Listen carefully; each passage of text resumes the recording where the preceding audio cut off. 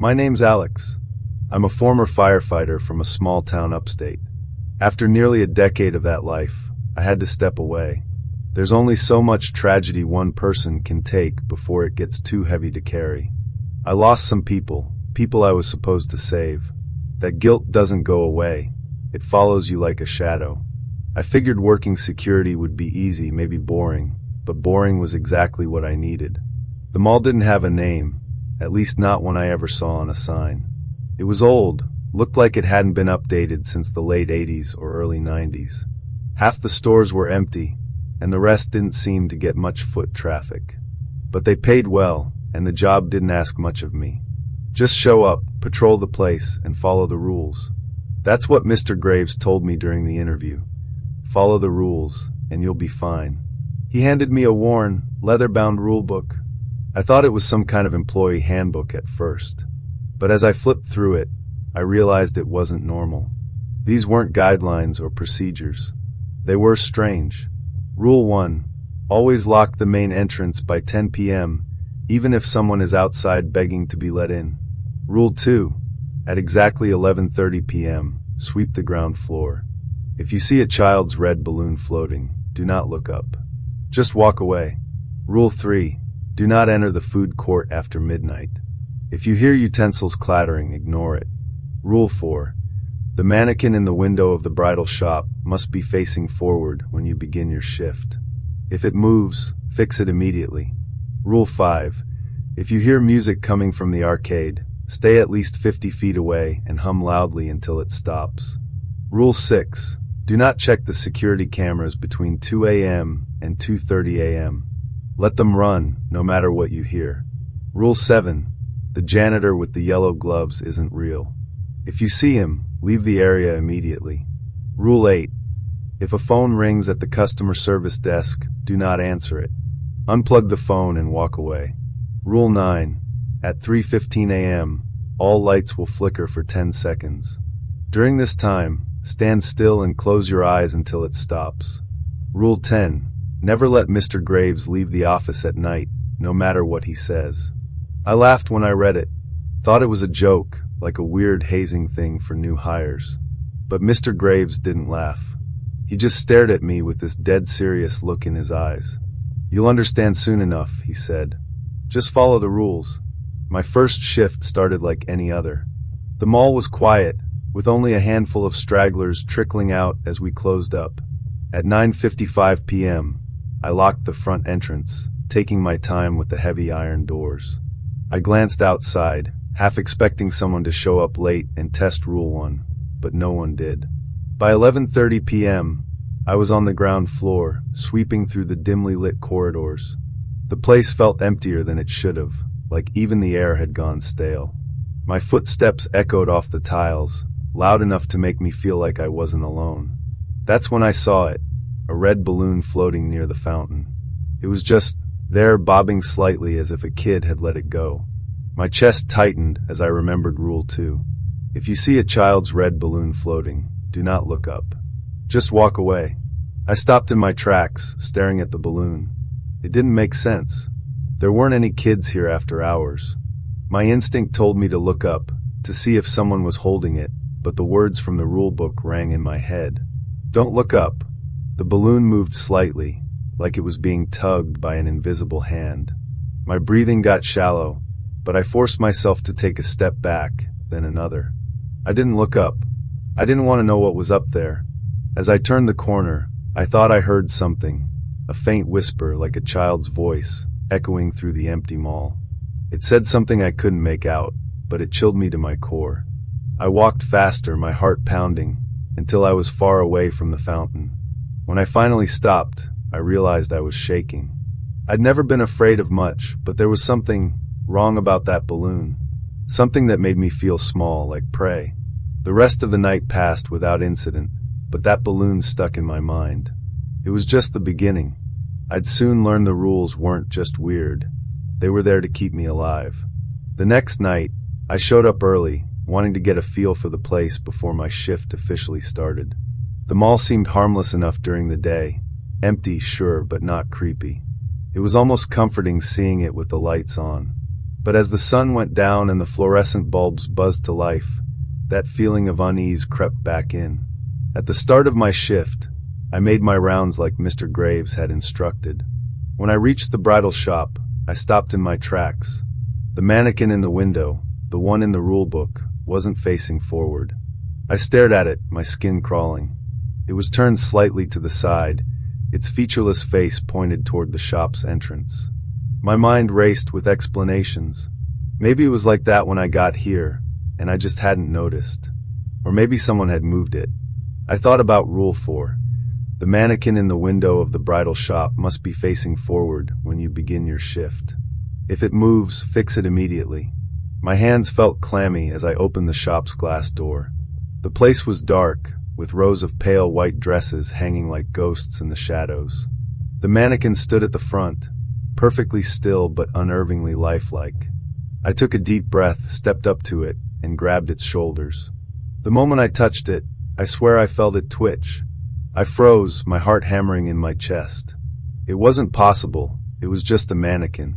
Shaking off the thought, I twisted it back to face forward. As soon as I let go, the air seemed to shift. The shop got colder, and I felt like I was being watched. I hurried out, locking the door behind me. As I walked away, I couldn't resist glancing over my shoulder. The mannequin was still facing forward, but I couldn't shake the feeling it was waiting for me to look away so it could move again. It was just past midnight when I heard it. At first, I thought it was in my head, some distant, faint melody that didn't belong. But as I stepped into the next corridor, the sound got louder. The unmistakable chime of arcade music echoed through the mall. I stopped, remembering Rule 5. If you hear music coming from the arcade, stay at least 50 feet away and hum loudly until it stops. The arcade was one of the few places in the mall that still had its original decor. Neon lights framed the entrance, and the games inside looked like they hadn't been updated since the 90s. The sound was coming from somewhere deep within, beckoning me closer. My feet felt heavy as I backed away, keeping my eyes on the darkened entrance. The music was cheerful, almost mocking, like it was daring me to come inside. I started humming, anything to drown it out. At first, it felt ridiculous. I was humming some random tune, trying to keep my voice steady while my legs carried me farther and farther from the arcade. But then the music shifted. It was subtle at first, like the tempo had slowed down just a little. Then the notes became distorted, warping into something that didn't sound like music anymore. My humming got louder, my throat tightening as I tried to block it out. The distorted noise grew, almost like it was feeding off my fear. I could feel it creeping toward me, even though I hadn't taken my eyes off the arcade. Then, just as suddenly as it started, the music stopped. The silence was deafening, but I didn't stop humming until I was sure it was over. My legs felt like jelly as I forced myself to move, putting as much distance as I could between me and that cursed arcade. I didn't know what would have happened if I'd broken the rule, but I didn't want to find out. Whatever was inside that arcade, it wasn't just games. By the time the clock struck midnight, I was already patrolling the far end of the mall. The place was so quiet, it felt like I was the only one there.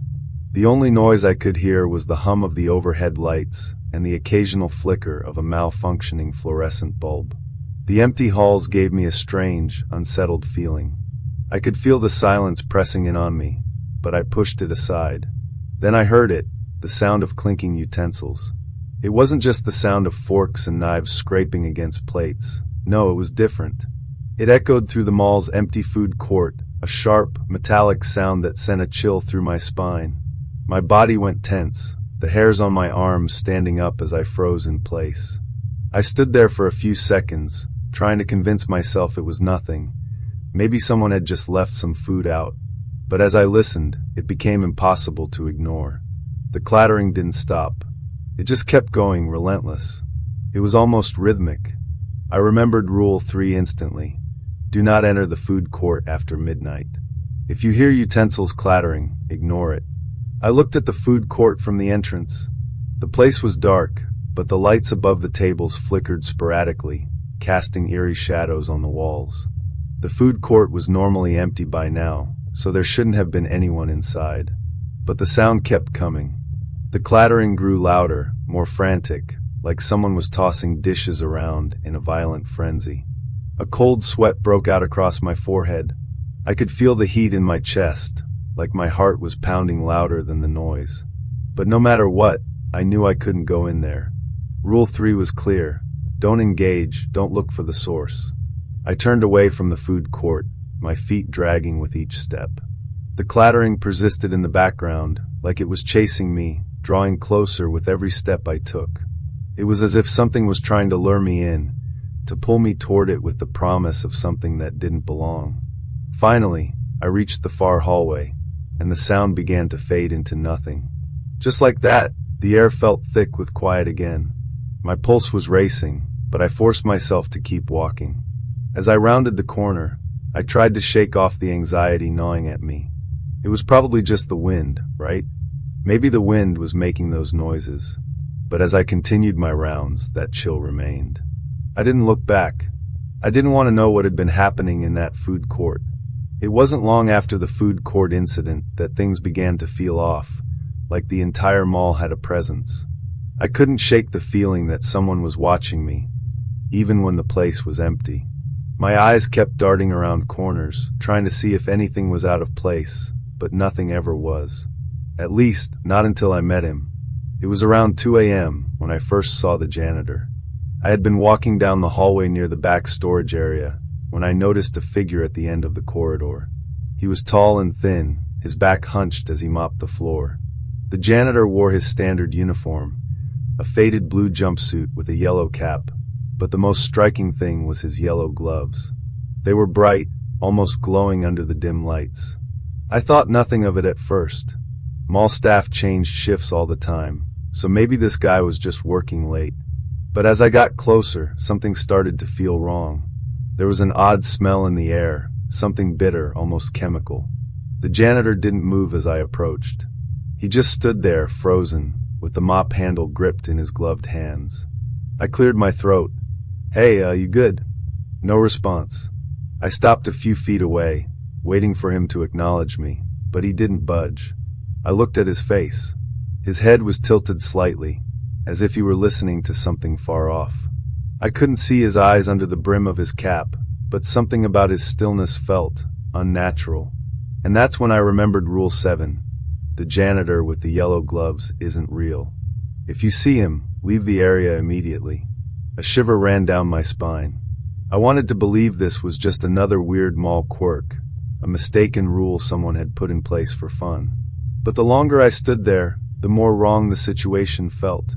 Something about the janitor didn't make sense. I slowly backed away, taking care to keep my eyes on him. His head didn't move, but I could swear I felt his gaze following me. The hair on my neck stood up. I turned on my heel and walked as fast as I could down the hall, away from the strange figure. My heartbeat was pounding in my ears, and the bitter smell lingered in my nostrils, even after I turned a corner. I couldn't shake the thought that something was watching me, waiting for me to break the rules. It was getting closer to 2 a.m. when I checked my watch again. I still had a few rounds left to complete, and the quiet in the mall was starting to make me feel like I was in a tomb. The hum of the lights above me was the only sound, and it felt like the air was thick with tension. I was making my way through the back offices when I decided to check the security cameras, just to make sure everything was fine. Normally, I'd let the system run its course and not pay much attention. But tonight, something felt off. I sat down at the security desk, flipping through the monitor screens. Most of them were showing nothing but empty hallways or darkened storefronts. But then one screen caught my eye. It was the camera facing the food court.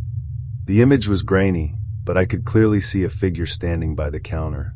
At first, I thought it was just a staff member.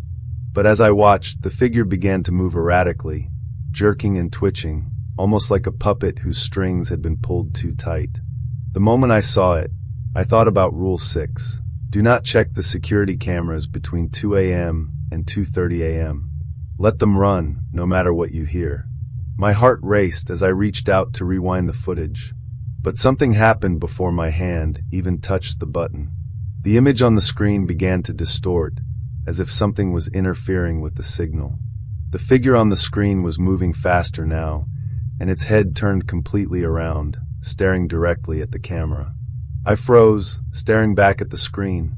For a brief second, the figure's face was clear as day, a grotesque, twisted version of a human face, grinning widely. It looked like someone had skinned the skin from their face, leaving only an unsettling, stretched smile. I snapped back to reality. This wasn't right. The rules said I wasn't supposed to check the cameras during this time. I pulled myself away from the desk and stood up. My legs felt weak, but I forced myself to leave the office. The sound of my footsteps echoed through the empty halls. But as I walked, I couldn't shake the image of that face from my mind. It was like it was still watching me, as if it had followed me through the cameras. It was almost as if the mall was watching me too, waiting for me to break the rules. The clock ticked closer to 3 a.m., and my shift was dragging on. I was getting tired now, my eyelids heavy, but I couldn't stop moving. The mall felt alive in a way that made the hairs on the back of my neck stand up. I kept checking my watch to make sure I wasn't running into any of the more dangerous times. As I walked down one of the long corridors, I heard something strange. A phone ringing. I paused, looking around. The phone wasn't coming from anywhere nearby, but the sound was crystal clear. It was coming from the customer service desk. I stopped in my tracks. I knew exactly what this meant. Rule 8. If a phone rings at the customer service desk, do not answer it. Unplug the phone and walk away.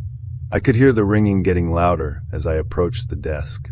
My heart was pounding in my chest, and I felt a bead of sweat form on my forehead.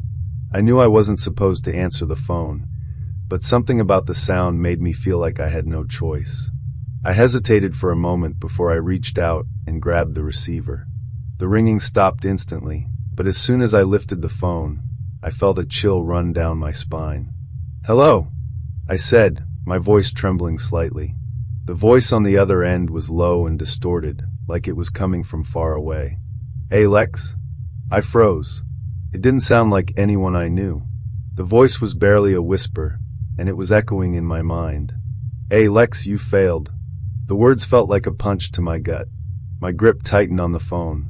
Who is this?" I stammered, my voice barely a whisper.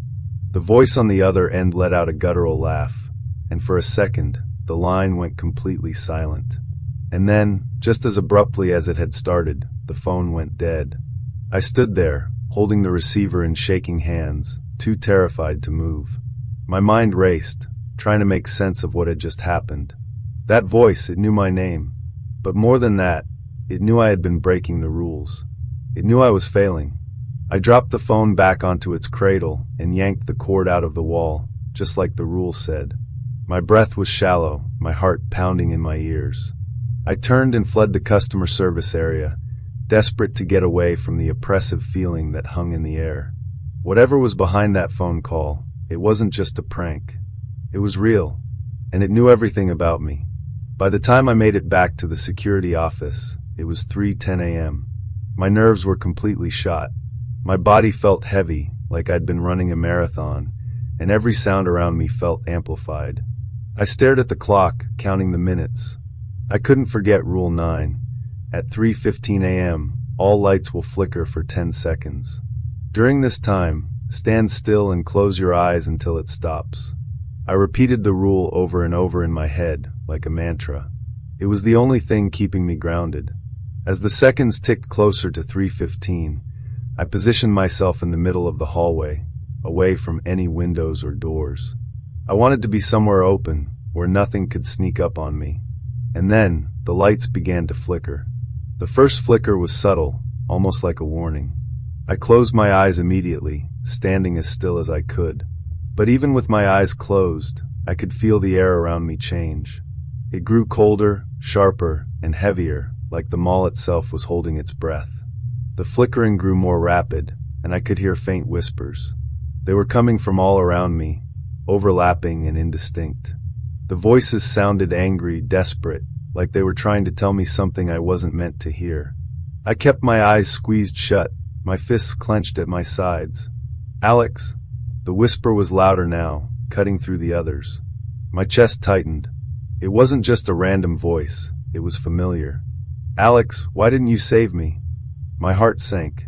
The voice belonged to her, the woman I couldn't save during the fire, the one who had haunted me every day since. I wanted to open my eyes, to look around and find her, but I didn't. I couldn't. "Help me," she said again, her voice filled with pain. Tears pricked at the corners of my eyes, and I clenched my jaw, trying to block her out. The flickering continued, the whispers growing louder, angrier. I stayed frozen in place, even as every instinct screamed at me to run. And then, as suddenly as it started, the light steadied. The air around me felt normal again, the whispers gone. I opened my eyes slowly, my body trembling. The hallway was empty, but I felt like I had just escaped something terrible. I knew deep down that the mall wasn't done with me. The rest of the night was a blur. By the time my shift ended, the sun was beginning to rise, and the mall's atmosphere felt less oppressive. I packed up my things quickly, eager to get out of there. But as I headed for the exit, I noticed something strange. The air seemed heavier, and the front doors looked farther away than usual. It was like the mall itself was stretching, pulling me deeper inside. I tried to shake off the feeling and push through the doors. As I stepped outside, a wave of relief washed over me. I was finally free, or so I thought. The moment I stepped outside, the world around me shifted.